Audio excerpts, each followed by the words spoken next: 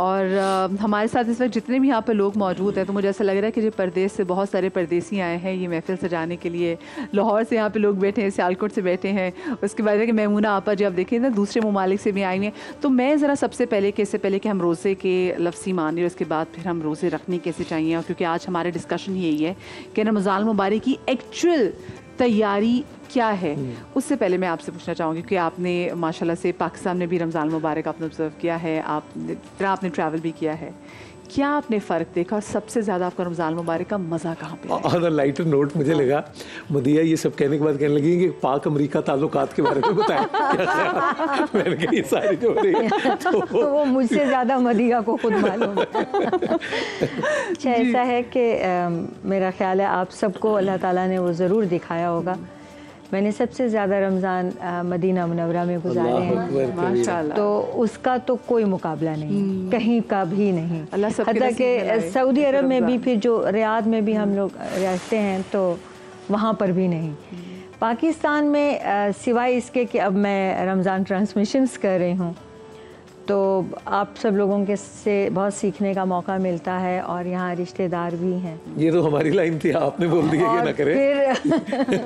और फिर ये है कि बहरहाल अपना वतन है, और सच्ची बात यह है कि रमज़ान में सहरी इफ्तारी में अपने घर से अच्छी जगह और कोई नहीं होती। तो इसमें जो मुसाफिरत है ना, वो सिवाय इसके ये एक तसल्ली होती है कि अब रोज़े की इफ्तार के वक्त जो दुआ होगी ना वो 100% गारंटीड कबूल है, क्योंकि पहले एक तो मुफ्तर की हो गई कि हमने इफ्तार के वक्त जो दुआ मांगनी है कबूल होनी है, दूसरी गारंटी मुसाफिर की दुआ की भी है। तो मुझे ये तसल्ली होती है, वरना सच पूछें तो रमज़ान अपने घर में और अपने घर से भी ज़्यादा अच्छा मदीना मुनव्वरा। क्या बात है, वो तो सबका घर है, वो तो जो अल्लाह के महबूब का घर है वो तो सबका घर है। मैं आपसे भी जानना चाहूँगी कि वैसे आप ही क्योंकि घर वाले से बच्चे माइक ने जहाँ प्लीज़। हाँ मुख्तलिफ अल्हम्दुलिल्लाह, सबसे पहले तो देखने वालों को आप सबको समा की पूरी टीम को रमज़ान मुबारक।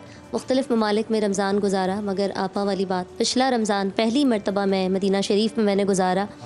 मैं वो इफ्तारियाँ, वो मदीना शरीफ का दस्तरख्वान, वो मस्जिद नबी की अज़ानें, मैं वो चीज़ें नहीं भूल सकती। वो चाहे हम दुनिया के किसी मुल्क में रमज़ान गुजारें लेकिन उस रमज़ान का मुकाबला नहीं है।